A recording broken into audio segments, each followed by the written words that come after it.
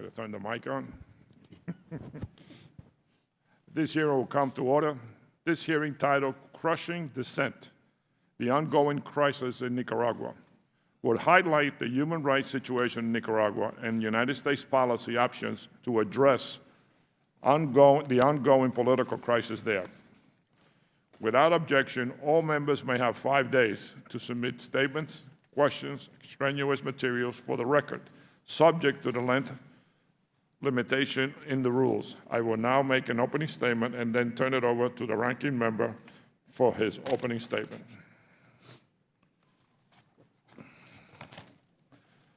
Good morning, everyone.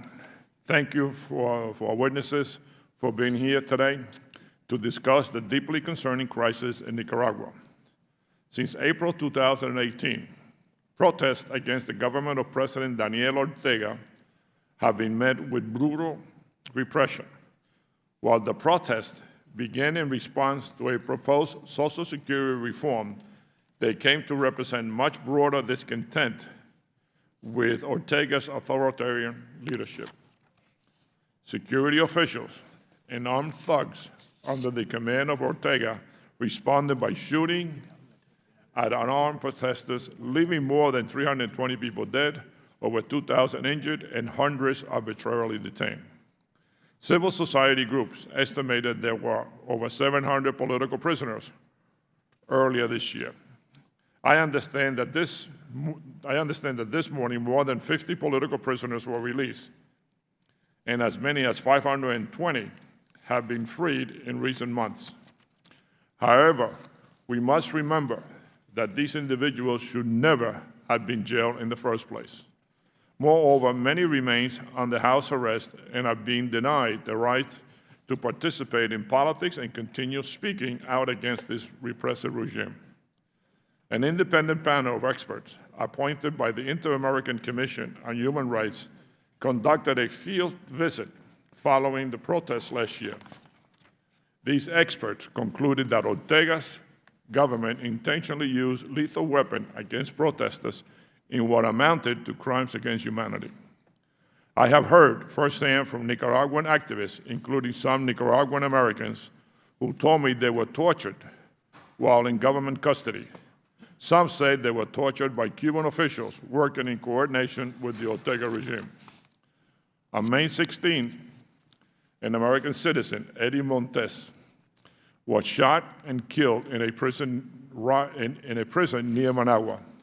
We should demand accountability for the killing of Mr. Montes and for all those Nicaraguans who have been victims of human rights violation. Unfortunately, the blanket amnesty bill passed by Nicaragua's Congress over the weekend represents a huge step in the wrong direction, as it would formally absolve the worst human rights violators of their crimes. While the last year has seen an increase in state violence, it is important to highlight that the situation in Nicaragua has been deteriorating for many years.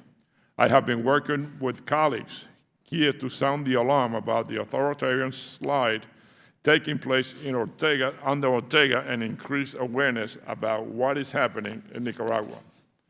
Last Congress, I co-sponsored a bill with my good friend from Florida, Chairman Emeritus of the Foreign Affairs Committee, Ileana Ross-Layton, to pass the Nicaragua Human Rights and Accountability Act of 2018. The NICA Act requires the United States to vote against loans from international financial institutions to Nicaragua.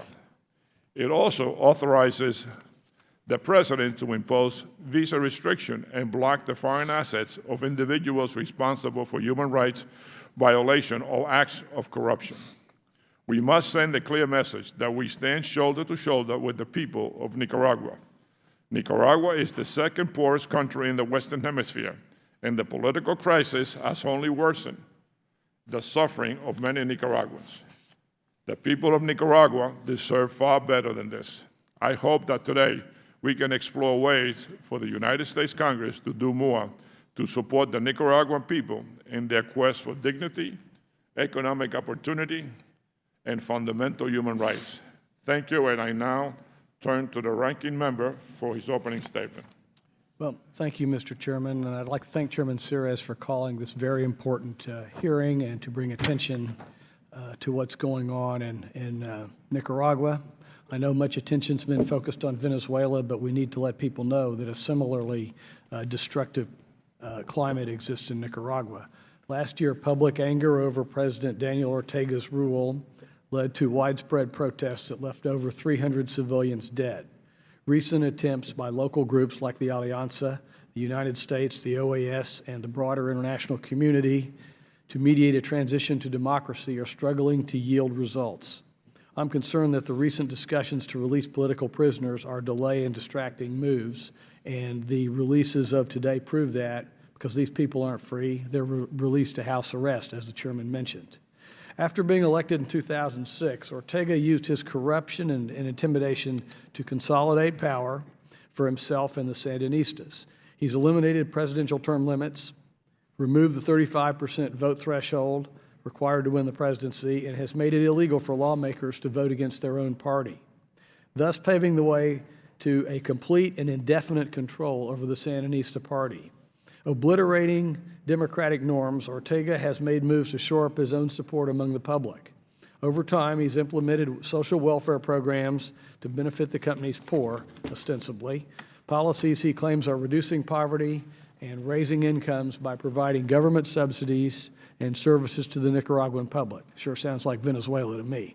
Nonetheless, Nicaragua remains the second poorest country in the hemisphere. While at one point Ortega recognized the importance of accommodating the business sector and nurturing the economy in Nicaragua, he's backtracked on this now, and many jobs have been taken away and unemployment's rising. Ortega's anti-democratic rule has created a crisis plaguing Nicaragua. Until a few years ago, he was content, like I said, to let business operate, but once he moved to insulate his rule and bring his wife, Rosario Murillo, his vice president, into the 2016 election process, he reversed course. In 2018, public discontent came to a head after Ortega planned to reduce social welfare benefits. Additional social reforms sparked protests throughout Nicaragua and have led to complaints of government mismanagement and corruption. Ortega responded with violence and intimidation, leaving over 300 dead and hundreds of peaceful protesters in prison. In August 2018, the annual United Nations High Commission on Human Rights report outlined widespread human rights abuses by the Nicaraguan government. Those include extrajudicial killings, forced disappearances, torture, and the suppression of the rights of peaceful assembly and free expression. The OAS further reported in December 2018 that these violations by government forces constituted crimes against humanity. Despite coordinated efforts by the United States and a host of regional and international bodies to mediate the conflict, the Ortega regime has been able to maintain its control over Nicaragua. Talks between the government and the opposition have yet to bring any progress. The Trump administration and Congress have both responded strongly to the crisis with the implementation of personal sanctions and visa restrictions against Ortega, his family, and various Nicaraguan officials responsible for the violations of human rights. These are important maneuvers and my understanding is they have had some significant positive results. We need to do more. Moving forward, we must prevent a clear strategy in coordination with our partners and allies to exert maximum pressure on the Ortega regime while also trying to alleviate the suffering of the Nicaraguan people. The United States must continue to show leadership within the OAS, and the OAS has passed resolutions condemning the government's use of violence and reaffirming the Hemisphere's collective concern over the deterioration of democratic institutions and human rights in Nicaragua. We must do more to pressure the Ortega regime to adopt electoral and judicial reforms and to bring about free and fair elections. The United States must maintain support for democratic actors in Nicaragua and encourage them to somehow or another become more effective than they may have been recently. We face unprecedented challenges in the Western Hemisphere. Among the most critical is the ongoing crisis in Nicaragua. These challenges, including the crisis in Venezuela, show corrupt leaders like Daniel Ortega that the United States will not stand by while legitimate regimes crush democracy and enrich themselves at the expense of their own people. We need to expand and strengthen the personal sanctions. limit Ortega's ability to exert influence in the rest of Central America, and support opposition groups and try to help them become more effective in countering the Ortega regime within the country. Once again, I want to thank Chairman Ceres for holding this important hearing and look forward to hearing from these important witnesses today. Thank you very much, Ranking Member Rooney. Let me introduce first Mr. Jose Miguel Vivanco, Director of Human Rights Watch America's Division, and an expert on Latin America. He previously worked as an attorney for the Inter-American Commission on Human Rights. In 1990, he founded the Center for Justice and International Law. We will then hear from Mr. Felix Maradiaga, Executive Director of the Institute for Strategic Studies and Public Policy. In 2007, he founded the Civil Society Leadership Institute, which trains leaders in Central America on nonviolence and civic engagement. In 2018, he was accused, without evidence, by the Nicaraguan government of financing terrorism under a new law that has been used repeatedly by Ortega's government to silence activists and dissidents. Finally, we will hear from Dr. Carlos Ponce, Director of Latin American Programs at the Victims of Communism Memorial Foundation. Dr. Ponce has 28 years of experience in the field of governance, rule of law, civil society development, advocacy for human rights, and democracy empowerment in Latin America. Most recently, he was Regional Director of Latin America and the Caribbean at the Freedom House. Thank you all for being here. I ask the witnesses to please limit your testimony to 5 minutes. Without objection, your prepared statements, written statements, will be made a part of the record. Thank you so much for being here today. And Mr. Vivanco, I will turn to you for your testimony. Thank you very much, Mr. Chairman. Thank you, Ranking Member Rooney, and members of this committee for inviting me, this subcommittee for inviting me to testify on Nicaragua's human rights record. In April 2018, massive anti-government protests broke out across Nicaragua. Police, in coordination with armed pro-government groups, brutally repressed protesters. In the context of demonstrations, more than 300 people were killed and more than 2,000 were seriously injured. Many of the people detained during the crackdown were subject to serious abuses that in some cases amounted to torture, including electric shocks, severe beatings, nail removal, asphyxiation, and rape. Authorities' abuses of protesters remain unpunished. Moreover, President Ortega promoted top officials who bear responsibility for the abuses. The government has also threatened, harassed, expelled, and jailed those who expose its abuses, including independent journalists, human rights defenders, international monitors, and NGOs. Several of the human rights defenders and journalists targeted during the crackdown have been long-standing critics of Ortega and had already been victims of harassment before the protest started. Since the beginning of the protest, Nicaragua's police and armed pro-government groups have operated jointly to detain hundreds of demonstrators. Armed pro-government groups have also abducted many people, at times holding them in secret detention facilities. On March 20, 2019, the Nicaraguan government agreed to release all people detained in the context of the protest by June 18, and to drop the charges against them in an effort to persuade the international community, and particularly the US government, to lift sanctions against them. Human rights defenders and other critics of the governments have increasingly become the targets of death threats, harassment, judicial persecution, and even expulsion from the country. Between November 29 and December 13, 2018, Nicaragua's Congress stripped 9 non-governmental organizations of their legal registration, effectively forcing them to shut down. Congressman Filiberto Rodriguez of the ruling party introduced the motions stripping them of registration at the request of the Interior Ministry. On the night of December 13, the National Police raided 5 of these organizations, confiscating many documents and computers.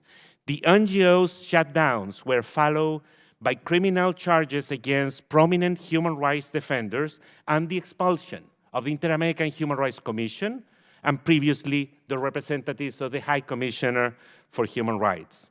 Since April 18 of last year, police and armed pro-government groups have harassed, intimidated, assaulted, and detained journalists. 2 foreign journalists reporting on the crackdown were deported in August and October of last year. The government has shut down critical news channels. Since April 2018, 56 Nicaraguan journalists have gone into exile. According to the United Nations High Commissioners for Refugees, more than 60,000 Nicaraguans have fled the country since the protests began in April 2018, with the majority, 55,000 of them, seeking refuge in Costa Rica. We support the application of the Global Magnitsky Act in July of 2018 and December of 2018, when the US Treasury Department imposed sanctions on 5 Nicaraguans implicated in human rights abuses and corruption, including National Police Commissioner Francisco Diaz and also Vice President Rosario Murillo.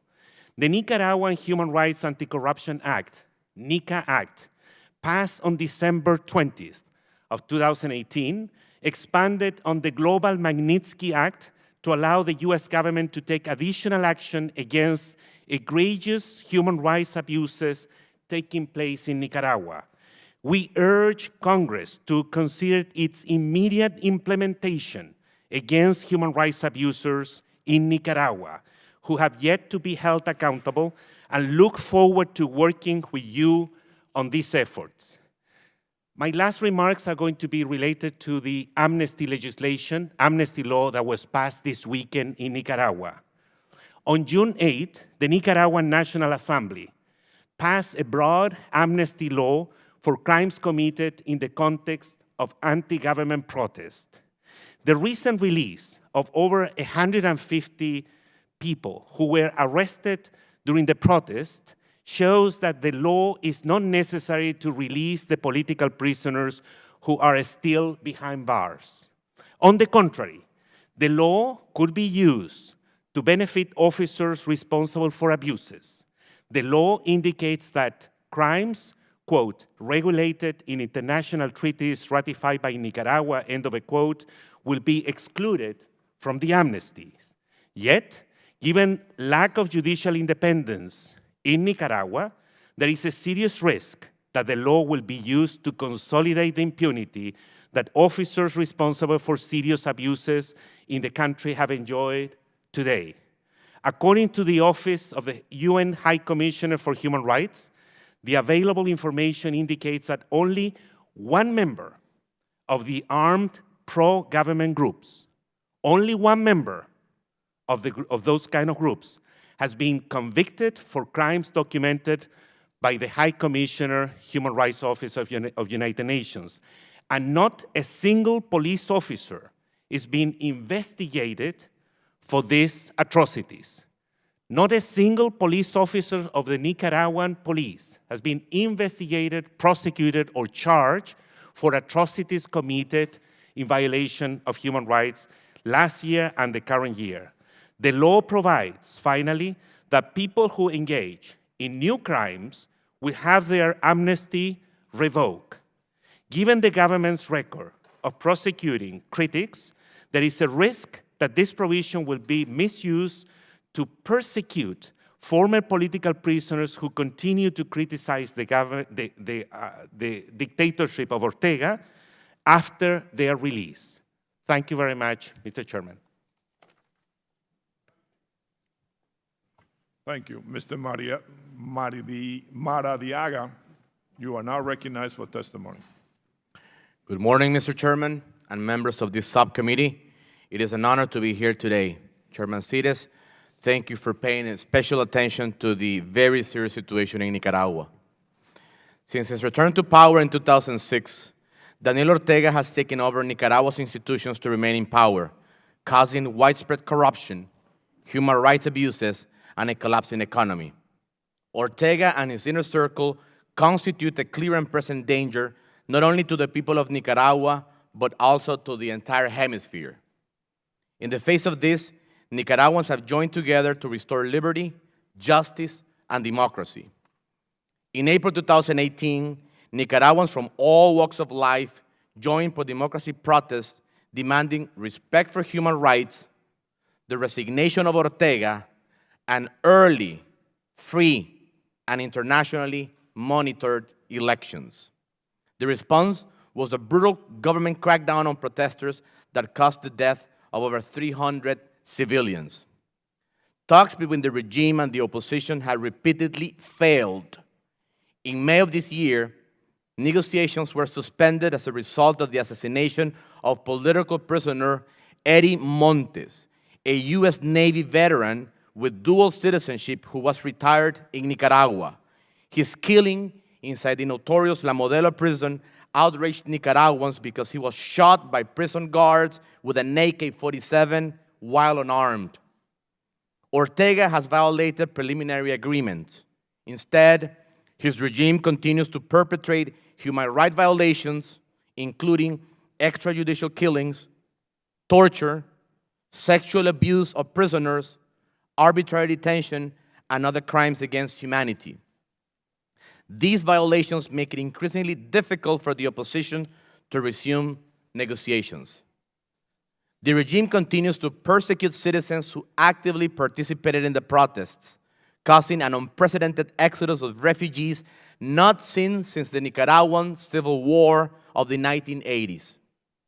Over 100,000 people have fled the country since the conflict began.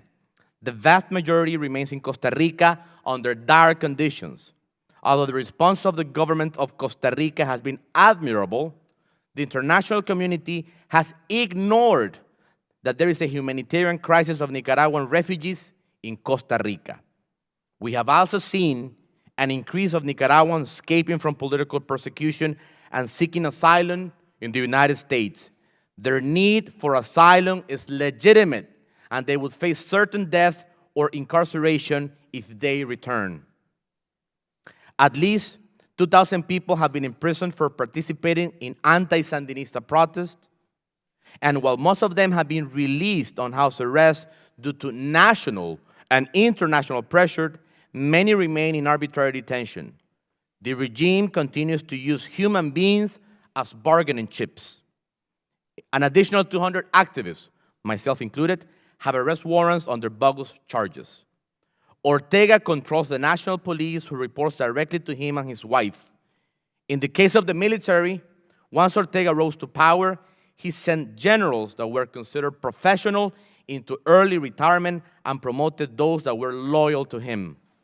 Despite immense personal risks, the people of Nicaragua continue to struggle for democratic change. All forms of peaceful protest have been prohibited. Sandinista paramilitary constantly intimidate members of the opposition. All major cities are militarized. Nicaragua is now a police state. We, the Nicaraguan people, are fighting for our freedom. We are not asking the international community to solve our problems. But since our struggle is nonviolent, we need robust international support in the form of targeted sanctions against human rights violators. We also need the swift implementation of the Nicaragua Human Rights and Anti-Corruption Act, the NICA Act. Without such support, Nicaragua is doomed to become another Venezuela. Effective international pressure requires coordinated action by key allies in the Western Hemisphere. It is unacceptable that some member states of the Organization of American States are supporting the tyranny of Ortega.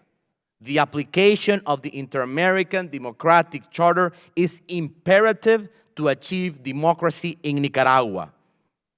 Ortega is a relic of the Cold War. And just like the Communist Party of Cuba and Nicolás Maduro in Venezuela, he embodies a legacy of oppression against dignity. The Nicaraguan people are ready for a new path. Last year, over 40 organizations from civil society and diverse political movements agreed on a common manifesto of national unity. This pro-democracy movement is ready to build a new Nicaragua. Your democratic solidarity will be instrumental in helping us achieve the freedom Nicaraguans deserve. Thank you. Thank you. Dr. Ponce, you are now recognized. Thanks, Mr. Chairman Sears, Ranking Member Rooney, and other members. Thanks for keeping an eye on Nicaragua. Nicaragua is also in the map. It's not only about Venezuela, it's also Nicaragua. And it's part of the solution needs to bring Nicaragua, Cuba, and Venezuela free. The massive popular uprising with youth, peasant, autoconvocados claiming democracy in Nicaragua last year was not a random political situation. The crisis has been in the making for decades. Daniel Ortega failed Sandinista revolution, corruption, and economic disaster from 1971 to 1990, along with the came with the negotiation of the international community, and that forced the autocrat to organize the first democratic election in 1990. That was the first time for Nicaragua in 50 years to have a democratic elected government. Finally, Daniel Ortega was defeated after 11 years in power at that time. But Daniel Ortega continued his obsession of power.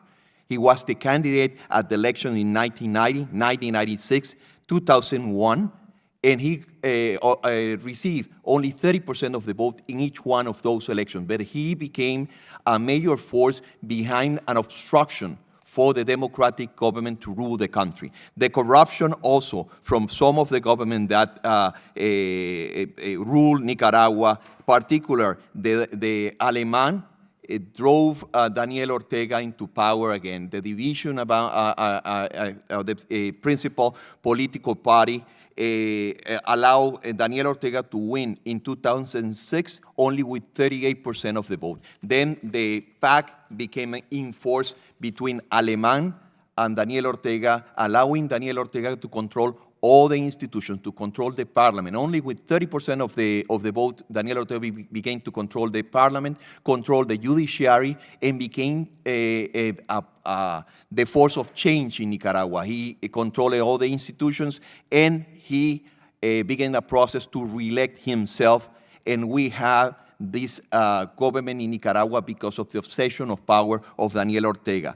After numerous pressures against the regime acceded to have some negotiation for changing the electoral rules in 2016, but he never fulfilled that commitment. So Daniel Ortega continued with his obsession of power. He has been ruling for 24 years. Nicaragua, and he has been in the opposition and ruling the country directly for 4 decades. So Daniel Ortega is not an easy one to negotiate with. After 30 years of in power, Daniel Ortega dismantling the institutions, some groups began to organize themselves. The obsession of power of Daniel Ortega forced him to take control of some of the land with the canal. That forced the campesinos movement to begin a movement against Daniel Ortega that became popular. And Daniel Ortega simply crushed the movement at that time. But the youth begins to feel there was no alternative for Nicaragua. And last year, after a major environmental crisis with the Parque El Indio, and then with the effort with Daniel Ortega to dismantle the Social Security, increasing the taxes of Social Security and the violence against the old from the Social Security, Daniel Ortega created his major crisis. That crisis forced the youth movement to go to the street and begin the demonstration, and Daniel Ortega just crushed the demonstrations and began to kill using his militias and the police, directly engaged in violence in the rest of the country. By that time, Ortega felt that he needed to negotiate. He begins to call for a negotiation with the youth and the campesinos, and he failed in his word for changing the situation in the country. Daniel Ortega has been manipulating the country and offering negotiation for all this time. None of the opportunities in which Daniel Ortega offered negotiation has been working. Now Daniel Ortega is seeing 2021 as an opportunity, but if we allow Daniel Ortega to manipulate the negotiation and run again, Daniel Ortega will win the next election in 2021. Daniel Ortega has been supported by the COSEP and by the members of the private sector, so they need to get involved for a change, a real change in Nicaragua. We need to increase the pressure against the regime in Nicaragua.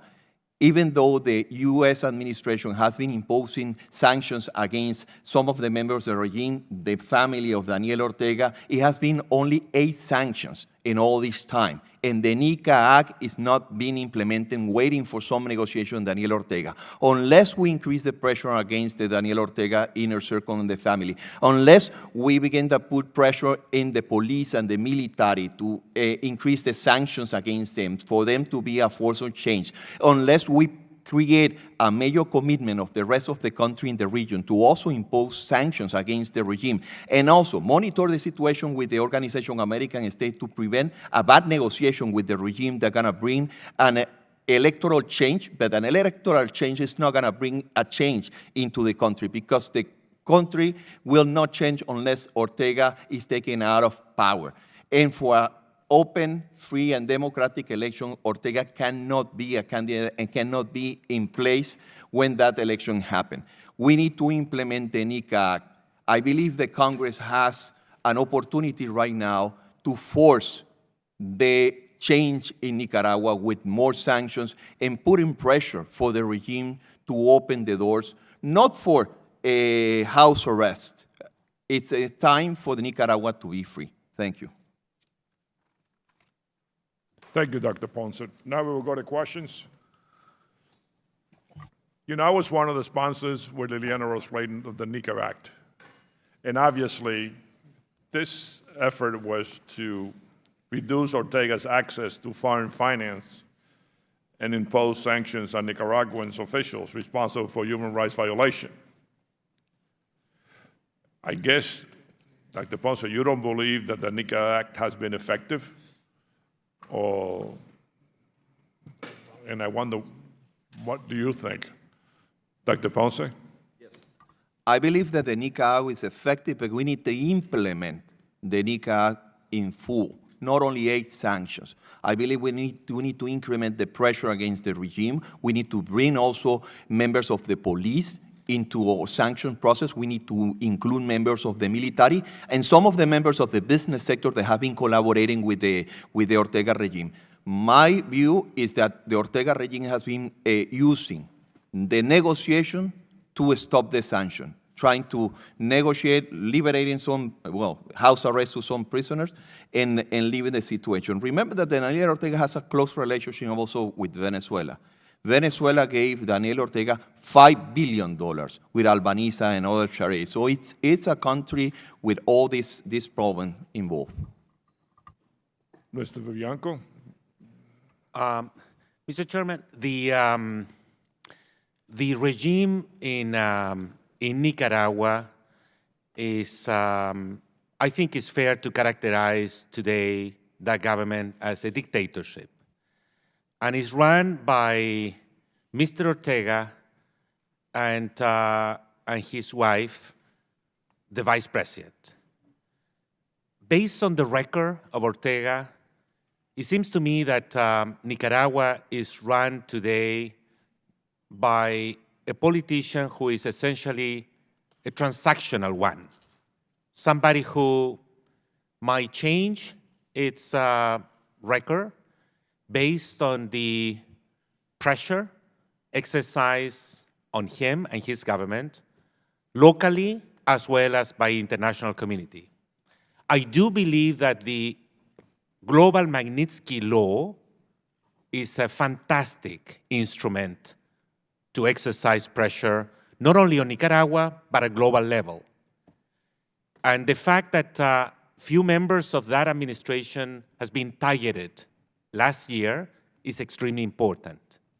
Now, last year also you passed a specific Magnitsky or NICA Act for Nicaragua.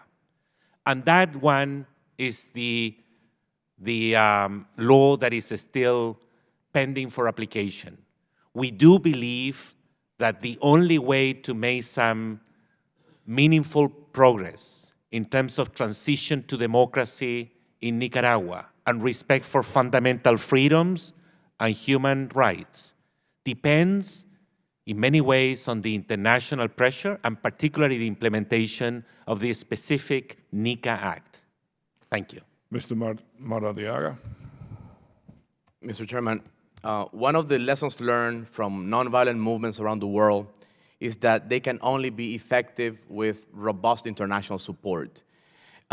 In this regard, the NICA Act is a fantastic example of how the international community can support such movements.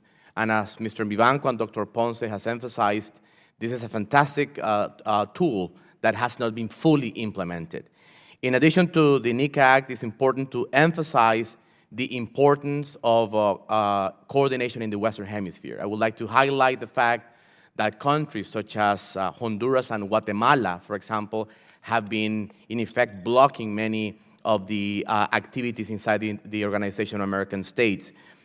We have other examples. The government of Taiwan, for example, have provided a lifeline to the regime of Ortega of over $100 million. So it's not only the action of the United States, but we request the coordinated action of those countries that regard themselves as part of the free world. However, their actions are not compatible to what they're doing towards the Ortega regime. Thank you. Ranking Member Rooney. Thank you, Chairman Sears. I appreciate that. I'd like to ask Dr. Ponce first about your assessment, given the fact you noted the need for more effective sanctions. What's your assessment of the opposition, their unity, their ability to bring about a democratic transition? Start with Dr. Ponce, then the others. Well, what we see in Cuba, Venezuela, Nicaragua is the dictatorship manual. They apply the same. They divided the opposition by the opposition.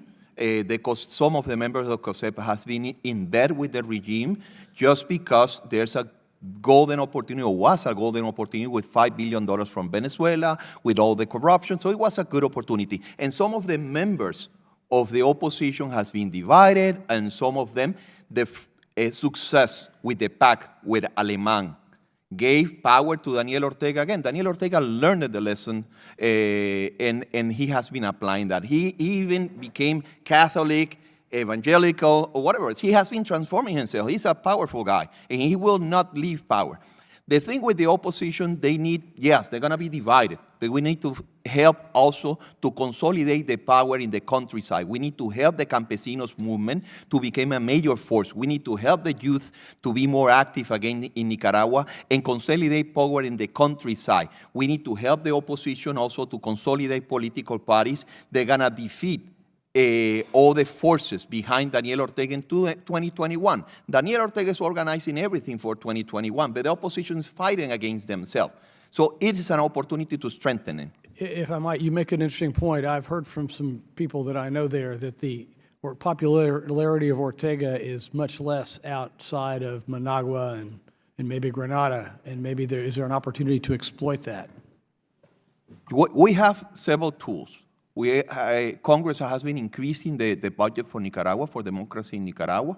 We have the sanctions in our hands, so it is time to implement those tools to support political parties, to support the Alianza, to support the campesinos, to support the faith-based group and the youth and the autoconvocados to begin a force in Nicaragua in the whole country. Okay, Professor Maradiaga. Also, can you also comment about this Taiwan thing? Imagine, if anybody needs a friend like the United States, you'd think it'd be Taiwan. I mean, we need to just focus on that one more time, that they gave all that money to Nicaragua. Indeed, and that's an example of the double standards. It's very unfortunate, and with this Taiwan loan and some other similar support from the Inter-American Bank of Integration, the BESIE, and also from the support of South Korea, basically Mr. Ortega has liquidity for the rest of this year. So many of the efforts that the OAS is doing, that the United States government is doing, in a way are affected by this double standard. So that's why my emphasis on coordination, it's important. A comment on the opposition, and I agree with Dr. Ponce, the manual is the same. These regimes have the mechanisms to make it close to impossible for the opposition to participate. And that's why opposition, it's, I wouldn't say divided, but it's very difficult to function under political persecution, under arbitrary arrest. So there are some opposition members that pick tactics that are low risk in order to remain in the country. There are some other members of the opposition, myself included, that have taken some other risk, and that's why we are in exile, some others are in prison. And the only solution to move towards a new path is to restore basic freedom, so a robust opposition can organize in Nicaragua. Dr. Vivanco?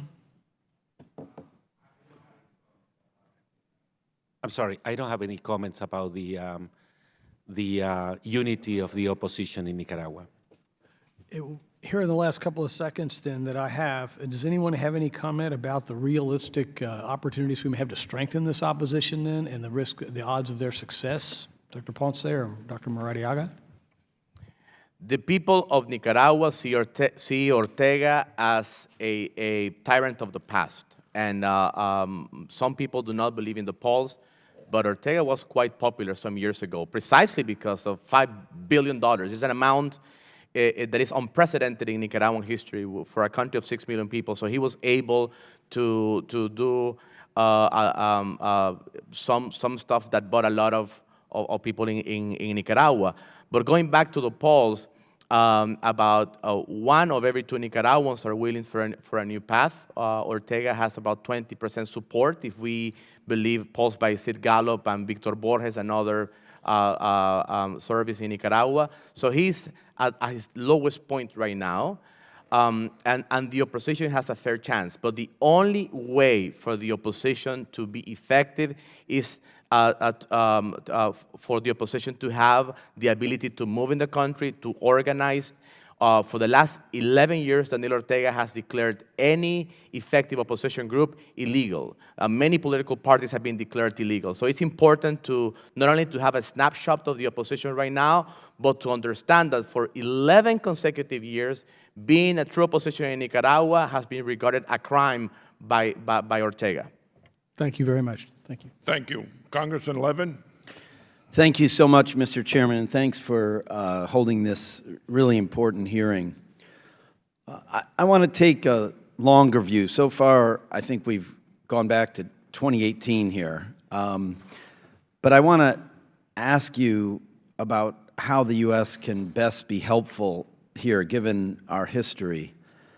The U.S. occupied Nicaragua for over 2 decades, a century ago. And then we supported the Somoza dictatorship, which ruled Nicaragua completely undemocratically for over 40 years.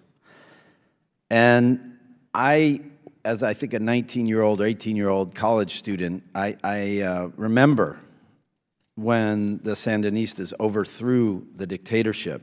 And in my office, I have a T-shirt quilt that includes one little T-shirt celebrating 1 year of freedom in Nicaragua, which feels like a very bittersweet T-shirt today. And then, of course, the United States supported the Contras in the 80s. So the United States has not always been a friend of democracy in Nicaragua. And here we are today with Ortega acting like a transactional, as you said, Mr. Vivanco, strongman. It's so troubling. So I want to ask you in particular, well, and let me say one more thing. You know, when I was a law student, Mr. Vivanco, I worked for your organization during my first summer of law school in Haiti after Aristide was overthrown the first time, and wrote with one other researcher, sort of book-length report on the destruction of civil society in the aftermath of that overthrow. And so I'm not so interested in the opposition as, my question is, how can the U.S. strengthen, sort of deal with this very problematic regime in a way that actually builds democracy? And how can we support human rights organizations that are working there? I don't think you've said much about that. You've tried maybe in your testimony you submitted, but how can we provide support and resources to assist human rights defenders and civil society organizations that are obviously under threat, people being tortured and killed for their work? What can we do more to help them? Thank you very much, Congressman Levin, for your question. And look, on the first point that you raised, which is the record of the U.S. in Nicaragua, and I will argue in the whole region. Yes. Is not, is far from perfect, on the contrary. Given the relationship of the government, of the U.S. government, for instance, with the governments of in South America, like Chile, and others, obviously is a record that deserves obviously a serious scrutiny. And I agree with you about your assessment of the intervention in Nicaragua historically by the U.S. government. Now, we are in the 21st century, and we are looking at the respect and promotion of fundamental freedoms and rights. If we believe that those rights and freedoms are universal and they should be defended and promoted all over the world, I do believe that the U.S. government today, and this Congress in particular, has a responsibility and leadership to play in coordination with other democracies in the world, particularly in Europe and in Latin America. A multilateral approach to the case of Nicaragua could be much more effective. Mr. Madariaga insisted about this point, and I think he has a point, in terms of urging this administration, ideally the Trump administration, the State Department, to work multilaterally in terms of pressing the government for change and protecting civil society and NGOs and journalists who are trying to do their work. Well, my time's expired, but I just want to ask you before I end, if you can share with me later particular ideas about how to, which vehicles and which countries are active, and I'd be very much like to help in that effort. Delighted. Thank you very much. Thank you very much. Thank you, Mr. Chairman. Congressman Guest. Thank you, Mr. Chairman. Dr. Ponce, in your written testimony on page 3, under a couple different subheadings, one entitled International Partners in Crime and the other entitled Uprisings in the Market, you list 3 countries that have a close relationship with Nicaragua, one being Cuba, which you describe as Communist Cuba's influence is unmistakable. You talk about Russia providing the regime with weapons and expertise, and then you also talk a little bit about China and the Grand Interoceanic Canal. Could you please expand on the role those 3 governments are playing in the Nicaraguan government at this time?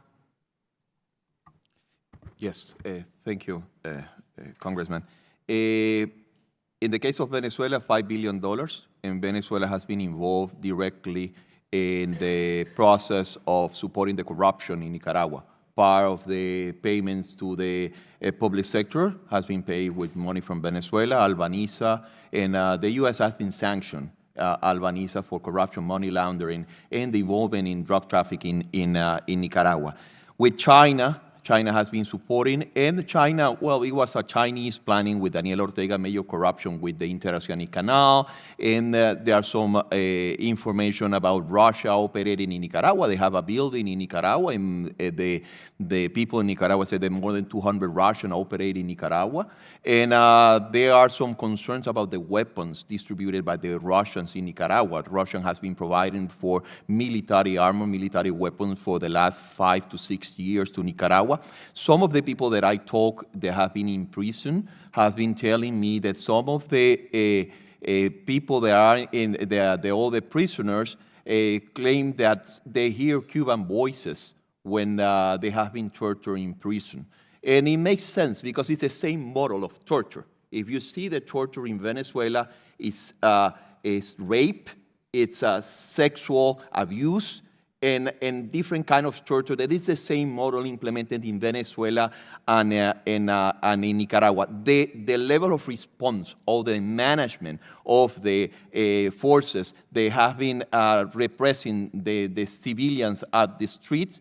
It is a military training, and some of the people have been saying that the Russian and the Cuban and the Venezuelan has been trained in military, the paramilitary, the groups supported that support Daniel Ortega directly with weapons. The weapons, when they began the repression, came to Nicaragua in a matter of days. Several planes, some people in Nicaragua claim the Cuban planes and Venezuela planes arrived to Nicaragua with weapons to reinforce the pro-government violent groups in Nicaragua. And just very briefly, also about the Chinese investment in Nicaragua. We've got, and we've seen in the past and had hearings on the Belt to Road Initiative where China is investing in developing countries, and we're seeing that in Venezuela, are we not? Or excuse me, in Nicaragua, are we not? In Nicaragua, China is not so active, apart from the canal, because Taiwan has been supporting more the government of Nicaragua. Taiwan has been a major provider of support of Nicaragua. The Chinese has been acting in Nicaragua, but not as active as in Venezuela. And then finally, you talked about if Ortega is allowed to run, he will be reelected, and you talk about the need for additional sanctions. Do you believe if additional sanctions are imposed that we will see someone else step forward and run for president if in fact those sanctions were in fact imposed by our government? The problem with the sanctions right now is we only impose sanctions to the inner circle of Daniel Ortega. Daniel Ortega's wife, Daniel Ortega's kids, and the people that work with Daniel Ortega. We're not expanding the sanctions to members of the police that were part of the repression, members of the military who were part for inaction or direct action against the civilians in Nicaragua. And we see that how the regime has been reacting to the sanctions. They are desperate every time that the U.S. impose any sanctions. They asking for lifting the sanctions in the negotiation with the alliance. That's one of the first topics in the negotiation, lifting the sanctions. Yes, I do believe that more sanctions in Nicaragua will be effective. Listen, we are not asking any of the witness. Nobody's asking for intervention. Nobody's asking for anything. We are asking for sanctions and economic support and technical support to the opposition to be more effective in terms of getting rid of this regime, this terrible regime. Thank you, Mr. Chairman. I yield back. Congressman Espaillat. Thank you, Mr. Chairman. Mr. Maradiaga, you told us that there are nation-states in the Organization of American States that are clearly supportive of Nicaragua and what's going on right now. Could you tell us who they are for the record? Yes, sir. Most of these are Caribbean states who remain very close to the Petro-Caribe arrangement. Can you tell us their names? With all due respect, I do not have the name of particular 8 Caribbean islands that, but they're part of the CARICOM.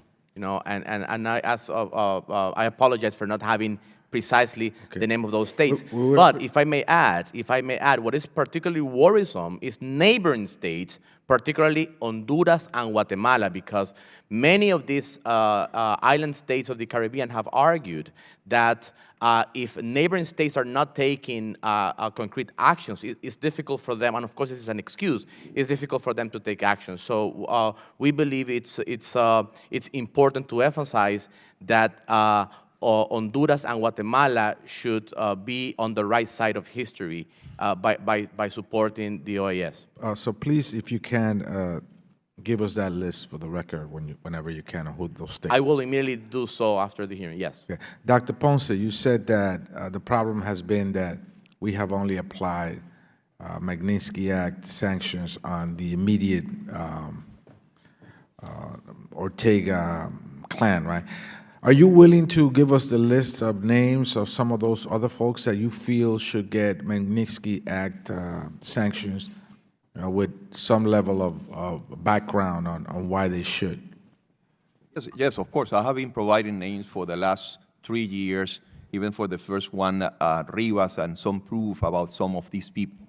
I believe that some other people from close to the regime need also to be included in the sanctions. And knowing that we can lift the sanctions as soon as they collaborate with a democratic solution in Nicaragua. They're going to provide that. My next question is, although there's been a major crisis in Nicaragua, there hasn't been a migration crisis that have shown up at our southern border, like, for example, the number of Hondurans or the numbers of Guatemalans that show up at our borders due to violence and situations impacting Central America. Is there a migration crisis in Nicaragua, and where are they showing up? Anybody? If I may, historically, Nicaraguans are an exception in terms of migration patterns in comparison to neighboring Honduras, El Salvador, and Guatemala. Nicaraguans tend to migrate to Costa Rica. So yes. How many have gone to Costa Rica? Officially over 80,000, which is it's unprecedented numbers for a country of the size of Nicaragua. However, for the very first time in many, many years, we are seeing significant numbers of Nicaraguans at the U.S. border seeking for asylum. Thank you. TPS, I am supportive of TPS for Nicaraguans. The Trump administration hasn't been as supportive. The courts have weighed in. Given the crisis, which is further aggravated by the shutting down of hotels, restaurants, stores, even like street vendors, right, which has led to a substantial number of folks being unemployed, further fueling the crisis. First, could you tell me what you feel about the crackdown or the shutdown of these small businesses, and what you also feel about the Trump administration's hardcore stance on extending TPS for Nicaraguans? Anybody from the panel? If I may, the TPS is a fundamental need for Nicaraguans for various reasons. So you support it? Yes, yes. And I will also add my appreciation to the Nicaraguan diaspora, to Nicaraguan Americans who have been fundamental to the struggle of democracy for Nicaragua. In the case of Nicaragua, there is an interesting and very substantive characteristic of Nicaraguan migrants. Most of Nicaraguan migrants want to return to Nicaragua. We've done research on this. This is an exception to other migrant groups. So if we reestablish democracy in Nicaragua, also the migration issue will be tackled. What about small businesses? Anything? In the terms of the small businesses, this is a clear example of the violations of human rights. About 35 small businesses have been closed recently, including pharmacies, including supermarkets, because they closed their shops in protest to the Ortega regime as part of the nonviolent struggle. Thank you so much. Thank you, Mr. Chairman. Congressman Yoho. Thank you, Mr. Chairman. Appreciate you all being here. Mr. Vivanco, the crimes you highlighted at the beginning are hideous in nature. Those that committed the horrendous charges of violence, did they act independent of Ortega's government? Or could they have acted independently and survive Ortega's authoritarianism?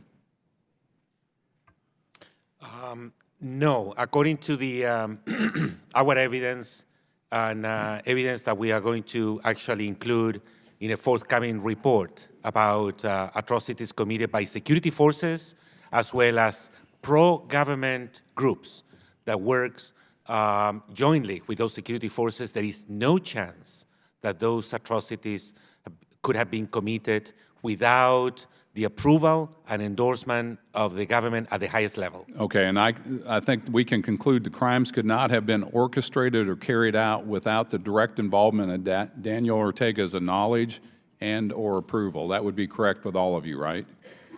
Yes. All right, I've got a report here from the UN Commissioner of High Human Rights.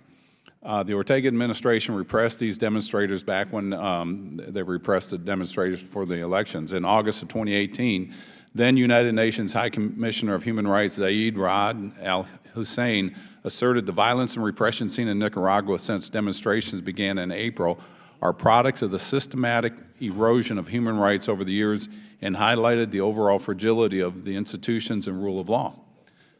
The UN comes out and says that, but nothing gets done.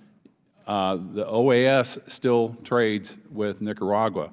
We entered an FTA with the Caribbean nations, some of the Dominican Republic and the Central American nations. My question is, why are we still trading with somebody like this?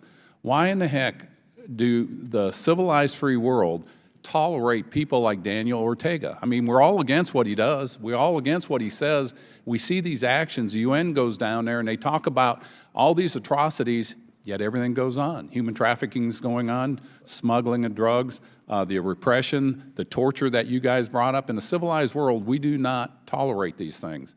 What can we do different? We have invested millions and hundreds of millions of dollars since, over the decades in Nicaragua. And it goes for good governance, rule of law, economic development. I want to know where the hell it is for my American taxpayers. I want to know where it is for the people of Nicaragua. That 80,000 that you said fled to Costa Rica, what time period was that? That was since May of last year. Right now, numbers have been probably much higher. Sure, they're going to go up higher. But if I may, sir, back to your question, you are absolutely correct. The generosity of the United States after the civil war in Nicaragua has been tremendous in building civil society, helping build a human rights community. And when you ask where are those people, most of them are in prison, are in exile, and that's why Mr. Ortega labels these people as terrorists, because there's an investment in terms of training in human rights, civil society, that has been disregarded by Ortega. Well, we in the free world need to wake up, because what we have is we've got Nicaragua, you've got the failed regime of Hugo Chavez carried out through Maduro, we've got what's going on in Cuba, we've got Russian interference in the Western Hemisphere, and basically they're all communist nations that are operating in the Western Hemisphere, and there was a time in this country where we would not tolerate that. And I think we need to go back if we are serious about what we said, and if we really want to bring an end to this and get some stability and empower the people of those countries. China's over there doing whatever they're doing. I'm over time, aren't I? No, it's still going. I'm on yellow. I looked at the wrong one. China's over there, and if we're going to do this, let's do it right. And I want to know, and I would love to have an hour conversation with all of you, what do we need to do different that we haven't done? I mean, we know what causes good societies, this rule of law, honoring human rights, and things like that, and we all talk about it, but we don't do it. I for one, recommend that we get rid of trade with Nicaragua. Let them trade with China. That'll work out well for them. Maybe they can build a dam like they did in Ecuador. I think we just need to have some strong talk and follow through with it and stop playing the games and having, God bless you for coming up here talking about human rights and all that. We agree in that, we believe in that, and we need to come together as civilized nations and say enough's enough. I don't have any other questions, I just appreciate y'all being here. Thank you, Congressman. Congressman Meeks. Thank you, Mr. Chairman. Let me start out with what Mr. Levin said, because our hand and how we've dealt in the Western Hemisphere, particularly in Central and South America, is not clean. where we have supported dictators and others when it was in our interests. So in listening, and I do have concerns about what's taking place there, but if we were to withdraw all of the aid and everything else that we give to Nicaragua, will that make things better for the people of Nicaragua? That's my first question. Mr. Vivanco? Congressman Mix, no, I'm not advocating for some broad sanctions that might have an impact on the living conditions of the Nicaraguans. What I'm advocating for, and I'm a strong believer, is on targeted sanctions. And everything else, in my experience, working for over 30 years on human rights issues in Latin America, is that what usually works is engagement, not isolation. Engagement, but with conditions, So, with strings attached. I'm with you on that. So what puzzles me at times with where we go, I'm trying to think of a time in the Western Hemisphere where unilateral sanctions worked. There was not an engagement or not, working with other countries that in the area. Has there been a time where unilateral sanctions worked, which is, I think, being advocated here? Any one of you? In the Western Hemisphere, has there been any time that you can recall? Because I will argue that Nicaragua is a perfect example in the 1980s. We saw one of the most bloody civil wars in Nicaraguan, in Latin American history, and we actually saw how U.S. sanctions brought Nicaragua back to democracy in 1990. I will also argue that the fact that Nicaragua, and Ortega in particular, was outside of the radar for many, many years, made the problem to emerge again. Okay, because I'm trying to see, I know that when you talk about Nicaragua and you talk about a number of the scenarios, particularly back when President Reagan was around, we did some unscrupulous things there. And so we're still paying for that to a large degree. And so I was strained to think of can you tell me where the other countries are, like, folks from the OAS, are they, agreeing in the same methods, or is this still just a unilateral sanctions area for the United States of America? Because and the other piece is what I'm trying to, because I'm for democracy also, not just for regime change. So I want to know where the U.S. has required regime change has resulted in a democratic government with human rights, et cetera, when it's just the United States, particularly by itself. Please allow me to say that Nicaraguans believe that the mistakes of the past cannot be an impediment for the current exercise of the U.S. leadership in promoting human rights. And I will also insist on the importance of multilateral action. In this regard, I would like to publicly appreciate, first of all, the leadership of Ambassador Carlos Trujillo, U.S. Ambassador to the OAS, but also other missions to the OAS, such as the mission of Colombia, Argentina, Chile, and many others who are with us in this collective effort. And that's, tremendously important, I think, to make sure that when I hear conversations about sanctions, et cetera, that it's got to be at a multilateral level. The one time that I know when sanctions was very strong was in South Africa. The United States was last to come on board, but it was multilateral. It was everybody. But if you just do it on an individual basis, it doesn't seem to me to be quite as effective. Also, what my concern is, I guess I'm out of time, is someone, I don't know, one of you has said that if there was elections that happened today that Ortega would get reelected. That's a concern because I do want to make sure that, though that the people's voices are heard and that we just don't overturn an election because the people voted for someone that we didn't want to vote, unless we're talking about an election that was committed under fraud. I'm out of time, so I yield back. Congressman Phillips? Thank you, Mr. Chair, and thank you to our witnesses. Since the Trump administration, we're seeing a massive decline in our foreign assistance around the world, particularly in the Western Hemisphere. I think that compromises both our national security and certainly the security and safety of the residents of the countries in question. The administration is proposing a 40% reduction in assistance this year to only $6 million. Money is not always the answer alone. My question for each of you, starting with you, Mr. Vivanco, is what are the best practices, as you've seen our country practice around the world in similar circumstances, and what level of funding, in your estimation, is appropriate to effect what is in our best interest?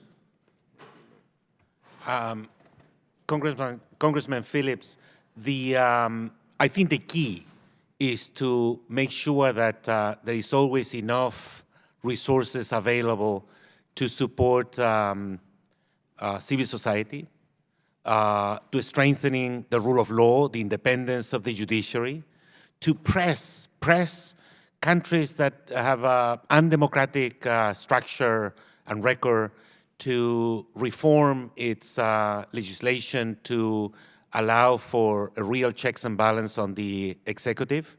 So all of those goals should be always be present in the U.S. foreign policy and should be supported with sufficient resources. And sir, where have you seen us affect that effectively? Well, there are many examples in Latin America. I think the U.S., across, if we're looking into from the 90s up to today, there are good examples of, in Chile, for instance, in Peru, reforms that allows for more transparency and strengthening the rule of law, including Colombia, I think is a good example. Colombia is not a perfect example. There are many problems there still, but there have been some, I would say, conscientious effort to support the rule of law and the independent judiciary in that country. I wish that we could have better examples, let's say, in Central America, and including Mexico. But unfortunately, the record is pretty poor. I appreciate it. Mr. Maradiaga. I will emphasize in 5 key best practices. These are not all, but just a quick summary. Funding the strengthening of civil society, particularly independent human rights organizations, supporting the free press, civic education of youth, particularly of underrepresented minorities such as indigenous communities and women, technical support to electoral systems, and anti-corruption and transparency initiatives.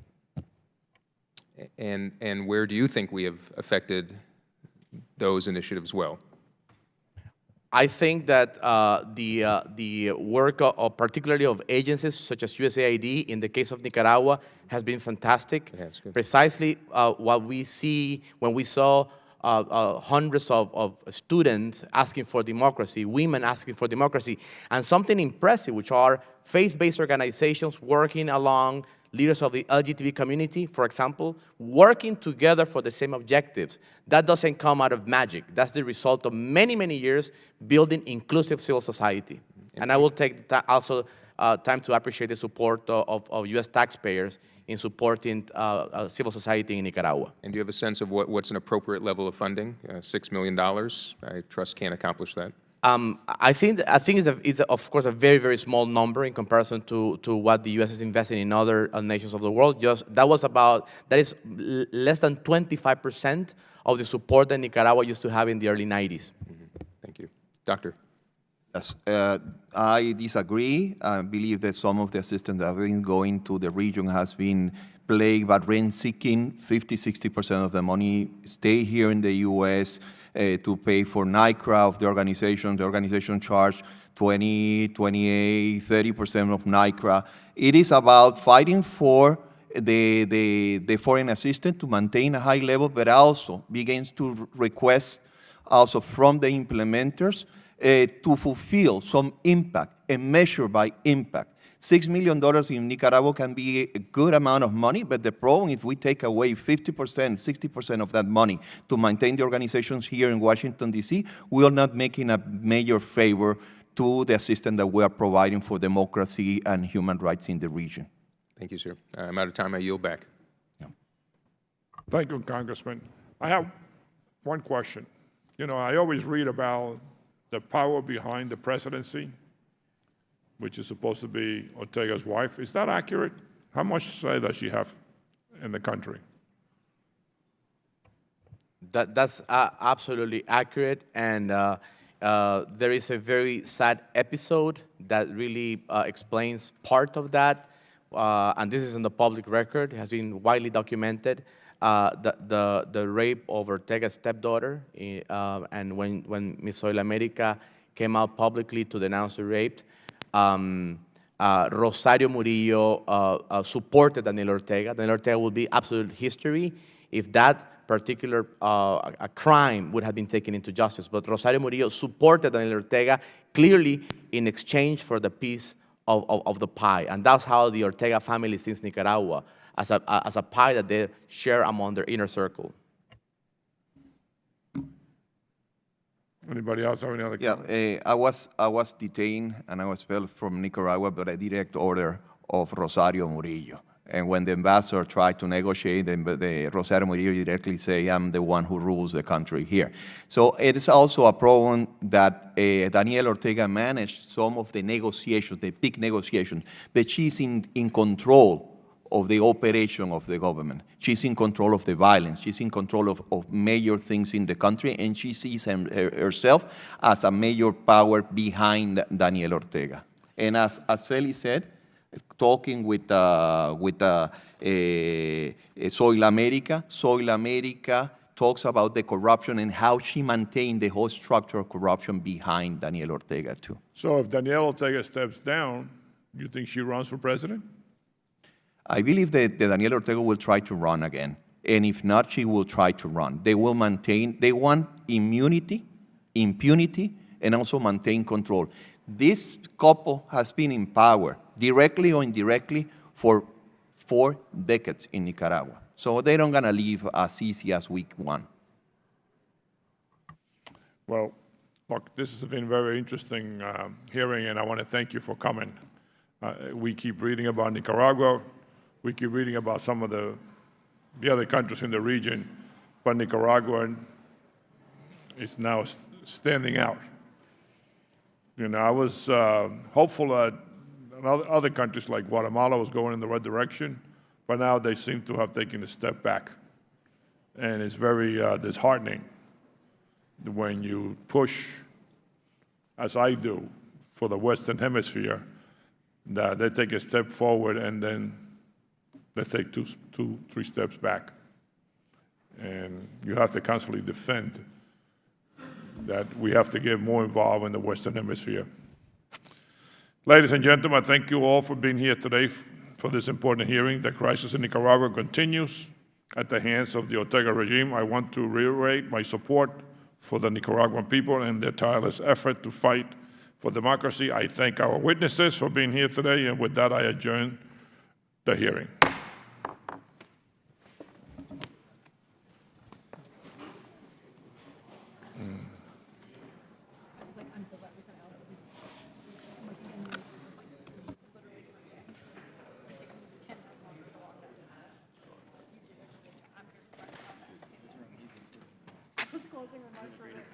I'm going to submit those closing remarks for a few minutes.